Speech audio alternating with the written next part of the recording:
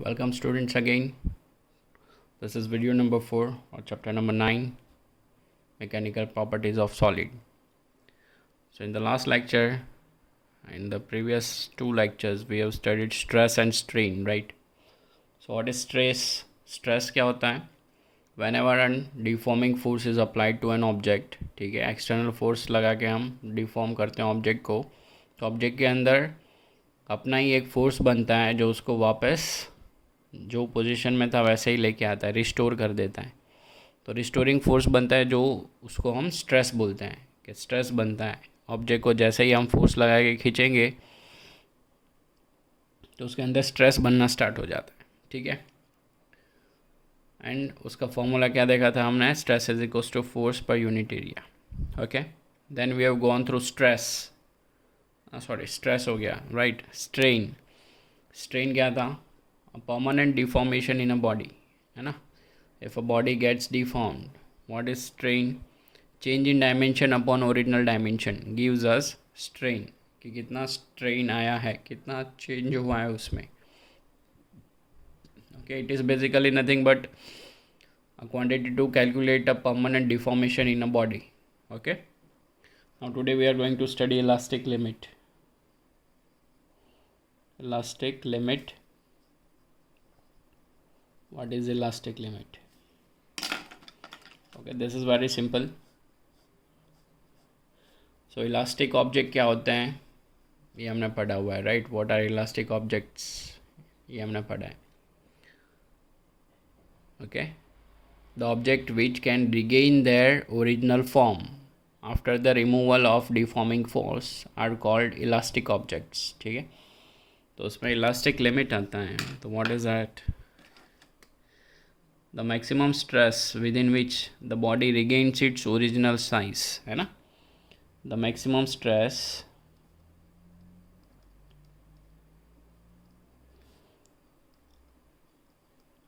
जो body gain कर सकता है ना, without changing it shape, means the maximum stress that can be bad by a body without changing it shape, है ना, वो ओरिजिनल फॉर्म में वापस आ जाएगा, तो उसको हम इलास्टिक लिमिट बोलते हैं। ये इसका लिमिट है। उससे ज़्यादा फोर्स लगाएंगे तो वो ओरिजिनल शेप में नहीं आएगा, उसमें थोड़े बहुत परमानेंट चेंजेस आ जाएंगे। Okay, with in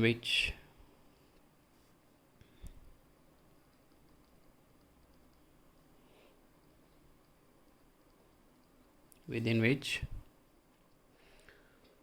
the body regains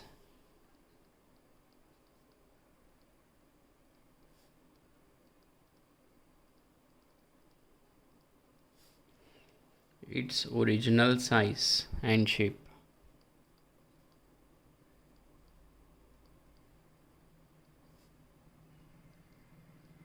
Size and shape. Okay, after the removal of deforming force. After the removal of deforming force.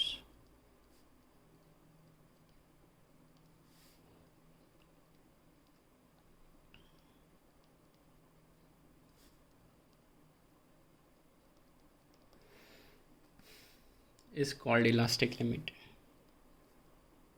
Is called elastic limit.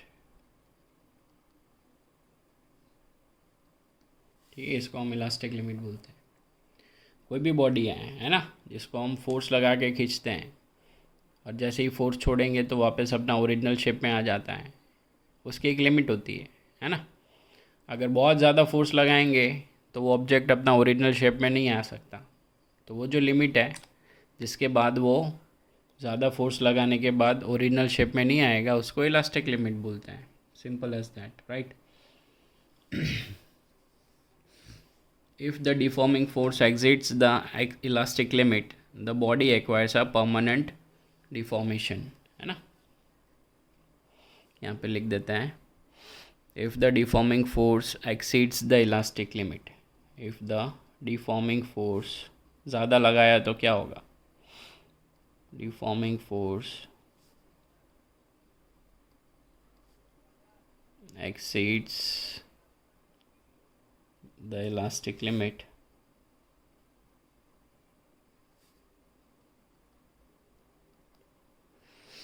the body acquires a permanent deformation. The body acquires, okay,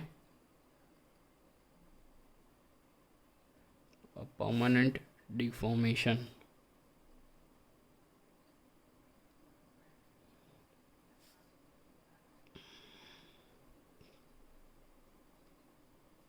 Okay, understood? So this is elastic limit. जो limit, ये limit क्या है, ये limit के ज़्यादा अगर हमने force लगाया तो बॉडी अपना ओरिजिनल पोजीशन, ओरिजिनल शेप वापस नहीं ले सकता, ठीक है।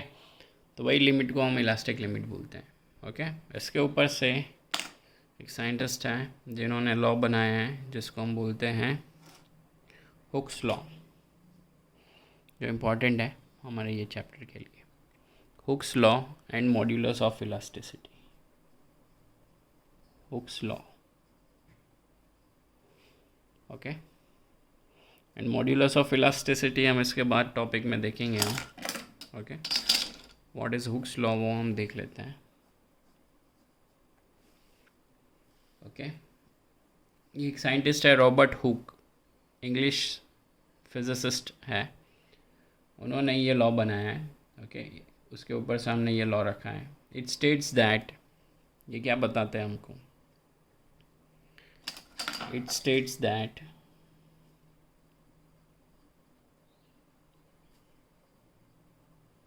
बहुत सिंपल लॉ है, ठीक है। The extension produced in a wire is directly proportional to the load applied, है ना। और या फिर within elastic limit, within elastic limit, elastic limit के अंदर, इलास्टिक लिमिट के अंदर the stress is directly proportional to strain. The stress is directly proportional to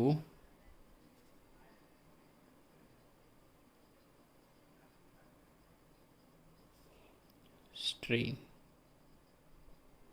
मतलब जितना फोर्स लगा के खींचेंगे उतना ज़्यादा वो चेंज हो जाएगा object under the elastic limit, है ना। विद इन इलास्टिक लिमिट, ये कंडीशन है उनका, within elastic limit, elastic limit के अंदर ही होगा ये। Stress is directly proportional to strain, you can say that stress is directly proportional to strain, है ना। कोई भी ऑब्जेक्ट है उसको जितना फोर्स लगाएंगे, जितना उसके अंदर स्ट्रेस बनेगा, उतना ज़्यादा उसका डायमेंशन चेंज होगा, स्ट्रेन मिलेगा। ओके, फॉर एग्ज़ाम्पल जैसे कि मान लीजिए ये रबर बैंड है, ठीक है, इस पर हम फोर्स लगा के इसको खींच रहे हैं, फोर्स लगा के खींच रहे हैं, तो जैसे ही डिफॉर्मिंग फोर्स लगाएंगे उसके अंदर क्या बन जाएगा, स्ट्रेन बन जाएगा, है ना। उसके अंदर क्या बन जाएगा, स्ट्रेन बन जाएगा, स्ट्रेन। और जितना फोर्स लगाएंगे उतना रबर अपना शेप भी चेंज कर लेगा, है ना, उतना शेप भी चेंज हो जाएगा। तो ये जो चेंज इन शेप है ना, फॉर एग्जांपल ये है लेंथ, तो ये चेंज इन लेंथ। तो स्ट्रेन क्या होता है, what is strain, change in dimension del L upon original length, ये भी ज़्यादा आएगा। जितना ज़्यादा स्ट्रेन बनेगा उतना ज़्यादा स्ट्रेस बनेगा, उतना ज़्यादा स्ट्रेन बनेगा, ठीक है। दिस इज माय मिस्टेक, यहाँ पे क्या बनेगा, स्ट्रेस बनेगा ना, यहाँ पे क्या बनेगा, स्ट्रेस बनेगा। जितना ज़्यादा फोर्स लगाएंगे उतना ज़्यादा स्ट्रेस बनेगा, जितना ज़्यादा स्ट्रेस बनेगा उतना ज़्यादा स्ट्रेन मिलेगा। Understood? So stress is directly proportional to strain, okay, under a elastic limit. Okay, अब अगर स्ट्रेन को यहाँ पे भेज देंगे तो what will happen, stress upon strain, या फिर प्रोपोर्शनलिटी हटा देंगे तो क्या मिलेगा, कांस्टेंट मिलेगा, कांस्टेंट। प्रोपोर्शनलिटी हटाएंगे तो इक्वल टू एंड कांस्टेंट मिलेगा, ठीक है, स्ट्रेन। अब स्ट्रेन को नीचे भेज देंगे तो क्या होगा, stress upon strain is equals to constant.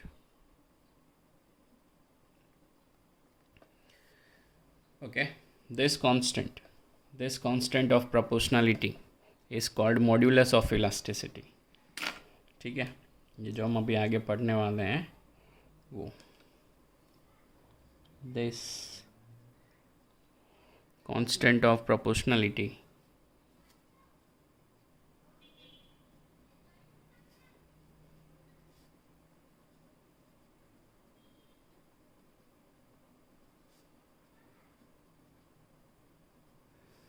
is called modulus of elasticity।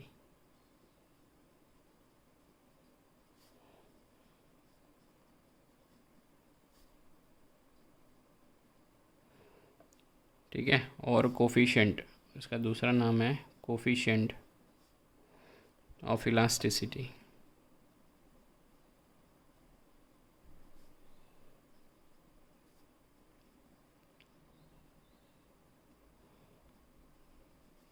ठीक है, तो ये कांस्टेंट को हम, this constant stress upon strain का जो कांस्टेंट है उसको हम बोलते हैं मॉड्यूलस ऑफ इलास्टिसिटी या फिर कोफिशिएंट ऑफ इलास्टिसिटी। ठीक है, ये जो हमें पढ़ना है आगे वो, ओके। ठीक है, there are 3 types of modulus of elasticity। there are, we can say that 3 modulus of elasticity are there। okay, depends on different types of stress and strain। हमने कल देखा था डिफरेंट स्ट्रेस और स्ट्रेन होते हैं, उनके ऊपर से different types of modulus of elasticity मिलते हैं। जैसे कि फर्स्ट यंग्स मॉड्यूलस मिलेगा हमको, first is Young's modulus.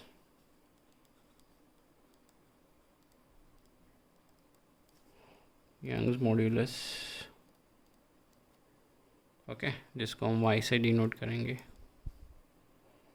Second is bulks modulus,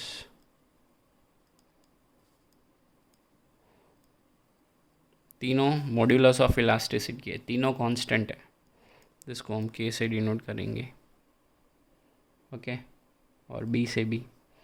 और third is modulus of rigidity.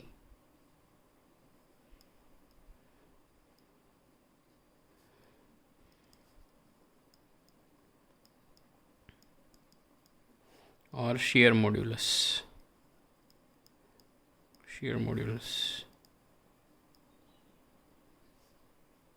Okay, जिसको हम ईटा से डिनोट करते हैं।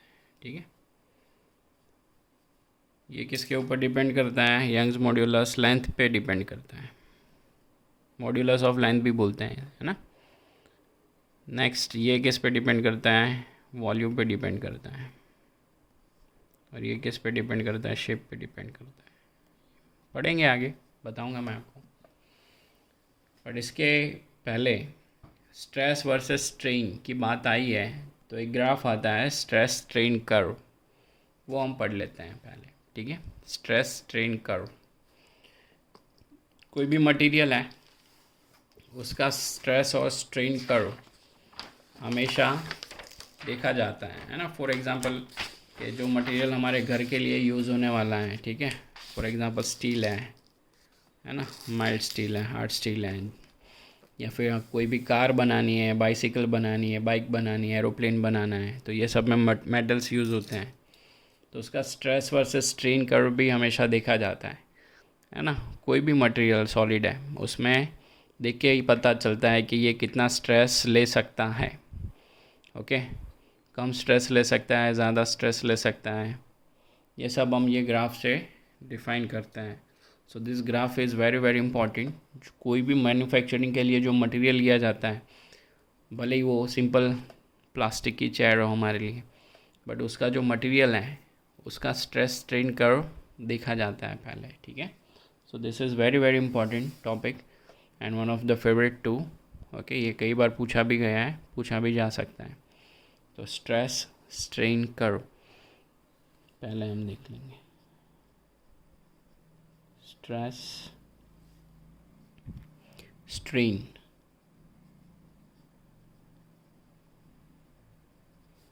कर्व, हर एक मटेरियल का अलग अलग होता है। हम किसके लिए देख रहे हैं? हम मेटेलिक वायर के लिए देख रहे हैं,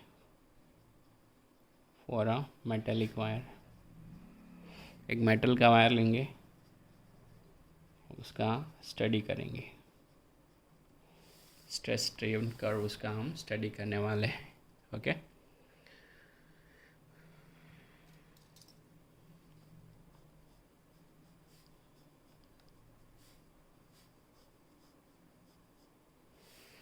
नो, तो हमने एक वायर लिया। ओके, एक वायर लेंगे, उसके ऊपर फोर्स लगाएंगे, डिफॉर्मिंग फोर्स। ठीक है, तो कंसीडर अ मेटालिक वायर। ठीक है,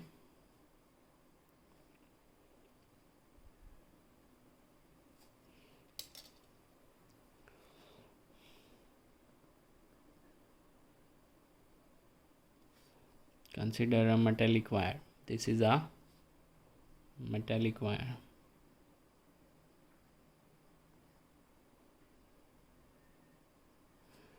इस पे हम क्या लगाएंगे? फोर्स,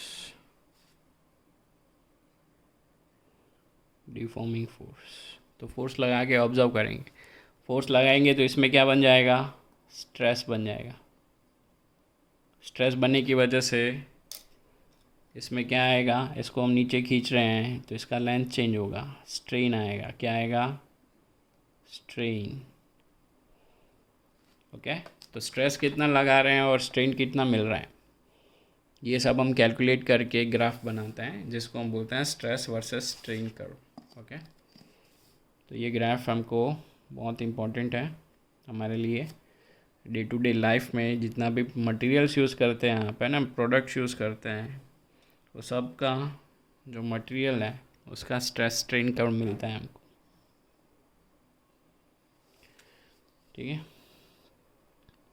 सो वही हमको स्टडी करना है।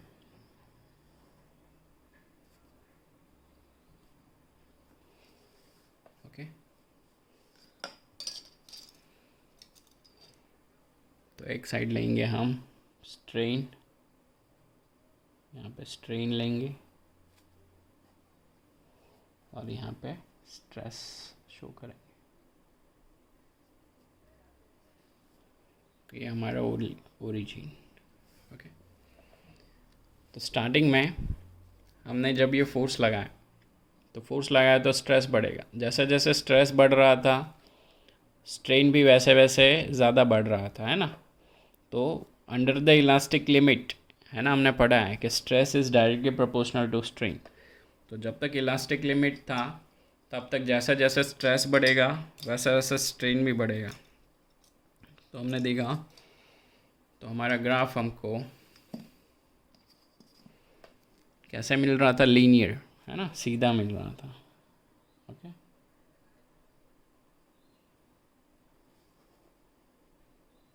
यहाँ तक मान लेते हैं, यहाँ तक हमको ग्राफ कैसा मिला? सीधा मिला। सो ओ से लेके ए तक, ओ से लेके ए तक हमको कर्व कैसा मिल रहा है? Straight, linear. ओके, यहाँ तक हमने इलास्टिक लिमिट तक हमने, जब तक स्ट्रेस जैसे जैसे बढ़ा रहे थे स्ट्रेन भी वैसे वैसे बढ़ रहा था, है ना, कोई प्रॉब्लम नहीं था।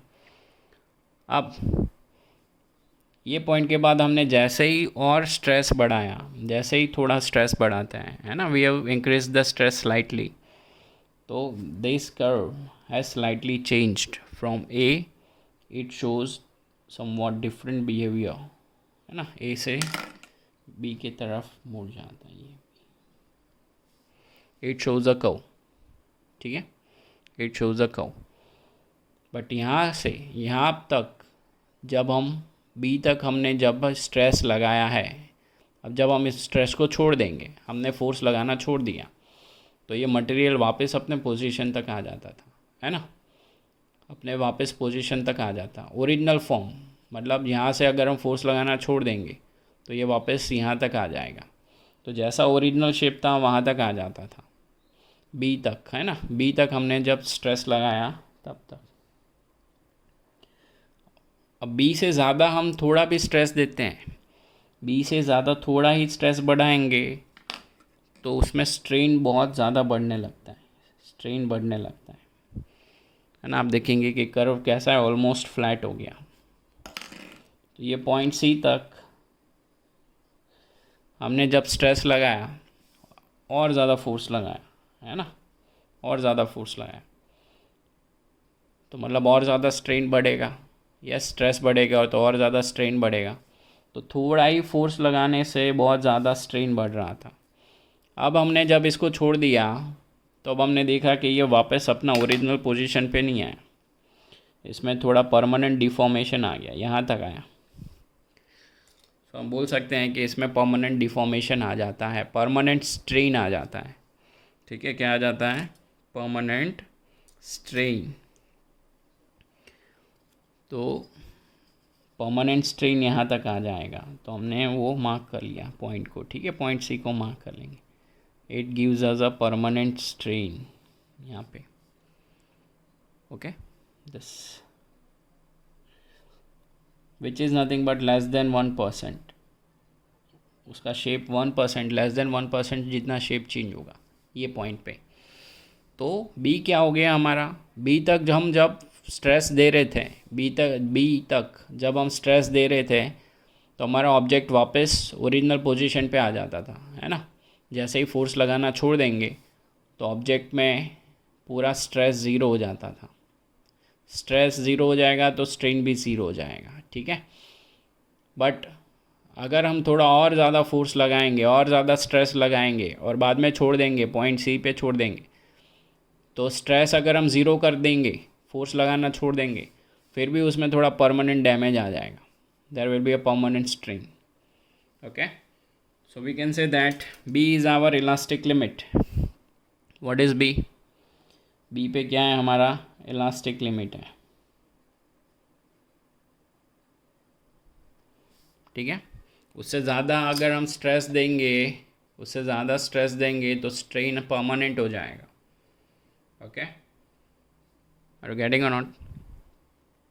ओके देन O2A, O2A कैसा रहता है? मटेरियल कैसा रहता है? इलास्टिक रहता है।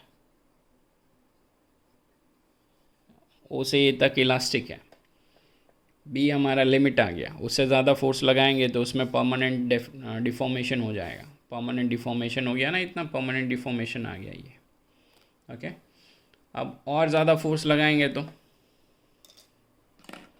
और ज़्यादा फोर्स लगाएंगे और ज़्यादा फोर्स लगाएंगे तो क्या हो जाएगा? तो इसमें और स्ट्रेस बढ़ेगा।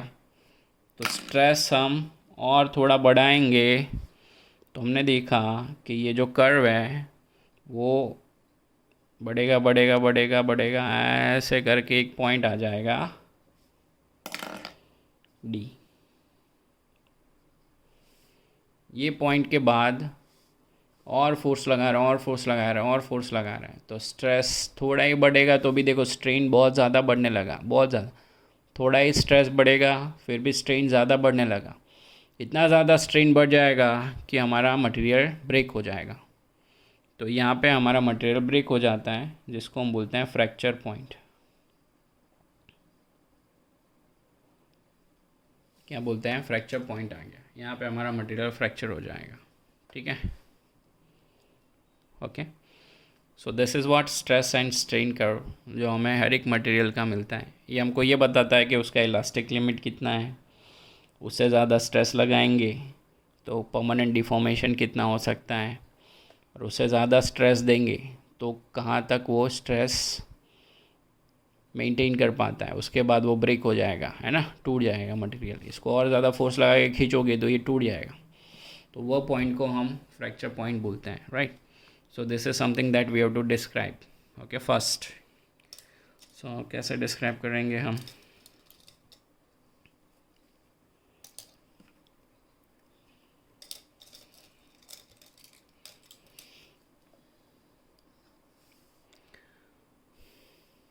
Okay, now the initial part OA gives us a straight line, है ना. The initial part OA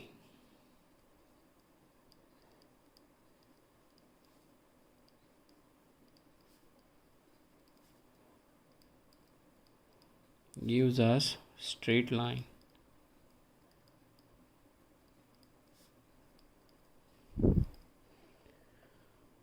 Okay, indicating that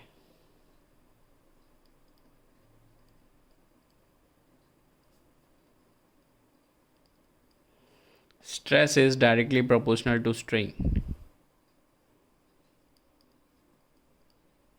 Stress is directly proportional to strain. Okay, understood. The point A is called proportional limit, क्योंकि वहाँ तक stress और strain दोनों कैसे रहते हैं, प्रोपोर्शनल है. ओके, तो in this region the wire is perfectly elastic. In this reason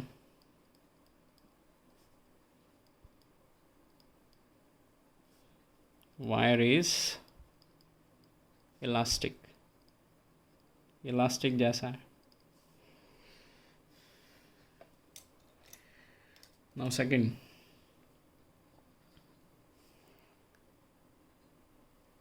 ए से लेके बी तक, है ना. अगर हम ज़्यादा स्ट्रेस देते हैं और बाद में छोड़ देंगे तो भी वापस वो अपने ओरिजिनल फॉर्म में आ जाता है. मीन्स ये उस ए से लेके बी तक, B is our what, elastic limit. Understood. After the point A stress is not directly proportional to strain, है ना. After point a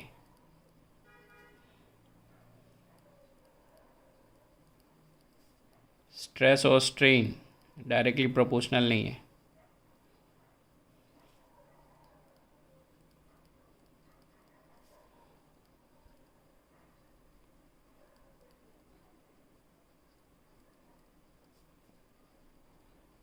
strain, but on removal of deforming force,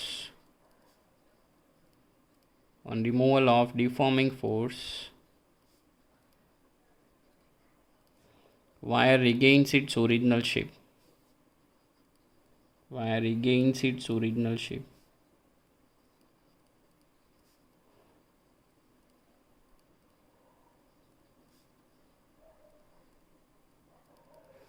Okay, so this point is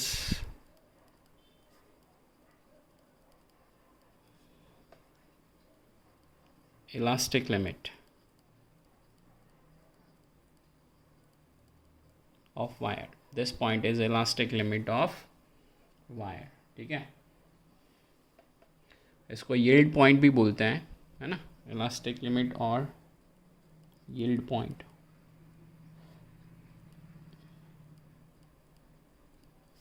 Of wire. Okay, now after point B, what happens when we apply more stress, और stress देंगे तो क्या होगा.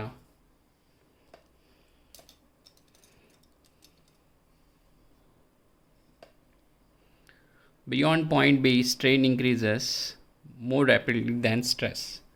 strain ज़्यादा बढ़ता है, stress कम बढ़ेगा.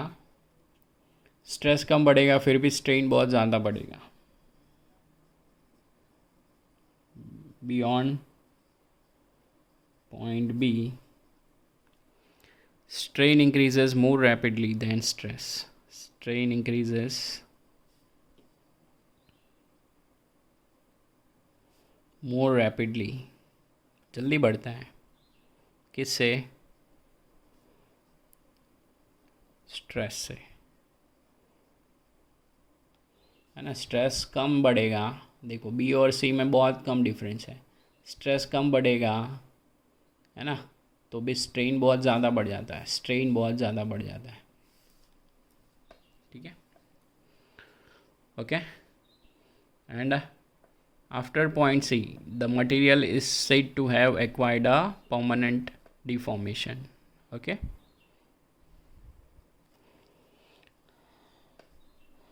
even on reducing stress,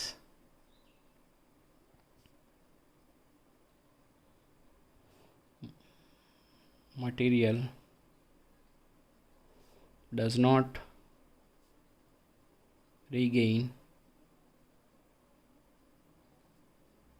its original shape.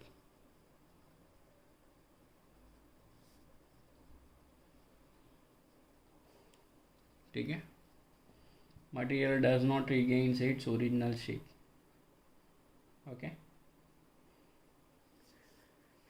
and has acquired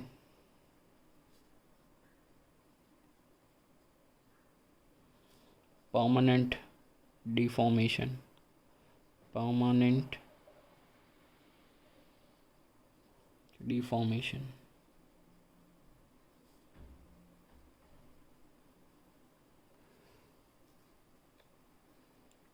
Understood?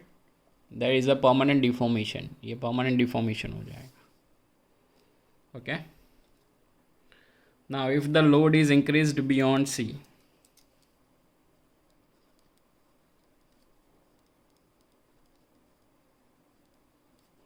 if the load is increased C से ज़्यादा अगर और लोड देंगे और स्ट्रेस देंगे या फिर stress is increased beyond C, okay, the stress increases strain increases very rapidly. There will be large increase in strain.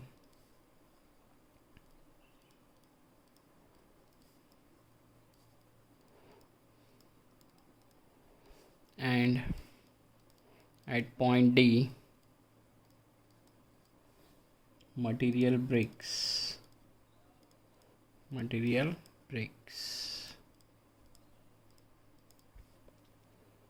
Understood? This point is called fracture point.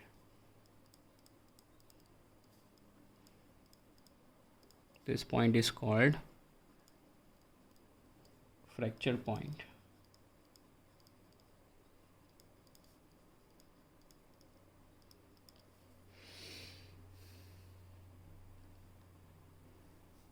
Okay,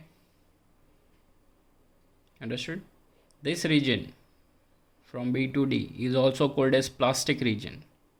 Plastic region बोलते हैं C to D को. क्यों?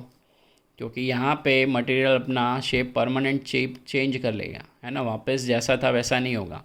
तो जो object अपना shape permanent change हो जाता है डिफॉर्मिंग फोर्स लगाने के बाद, वो प्लास्टिक ऑब्जेक्ट्स होते हैं.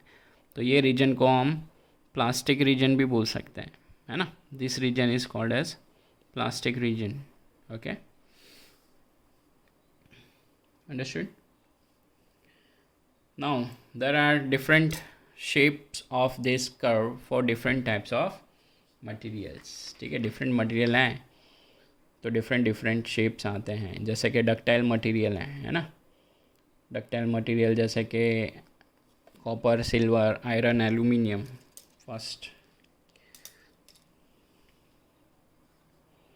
Ductile material,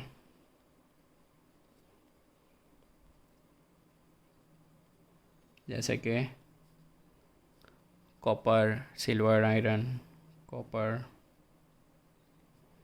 silver, iron, aluminium, ये सब है. उसका ग्राफ हमको कैसे मिलता है?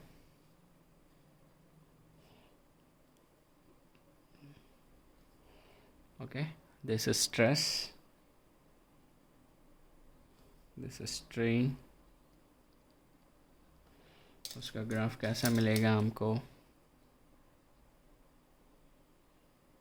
ए पॉइंट तक तो हमको मिलता है elastic limit, but after that तुरंत ब्रेक हो जाता है, डी डायरेक्ट आ जाता है, ब्रेकिंग पॉइंट आ जाता है. ठीक है, this D is what? Breaking point.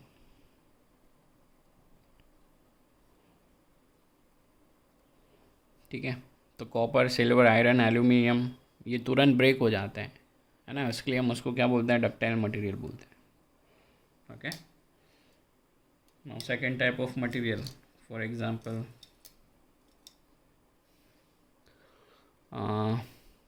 Elastomers हैं.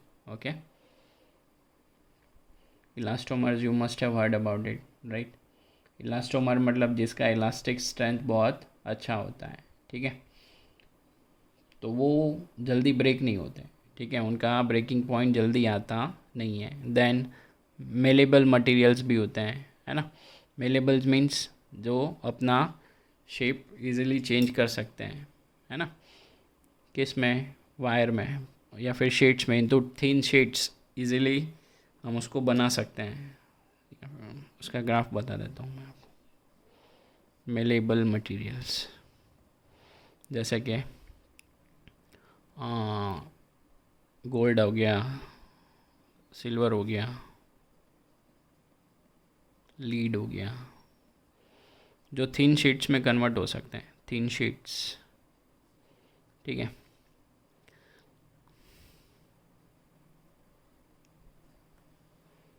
ओके, तो उसका ग्राफ अलग ही आता है थोड़ा.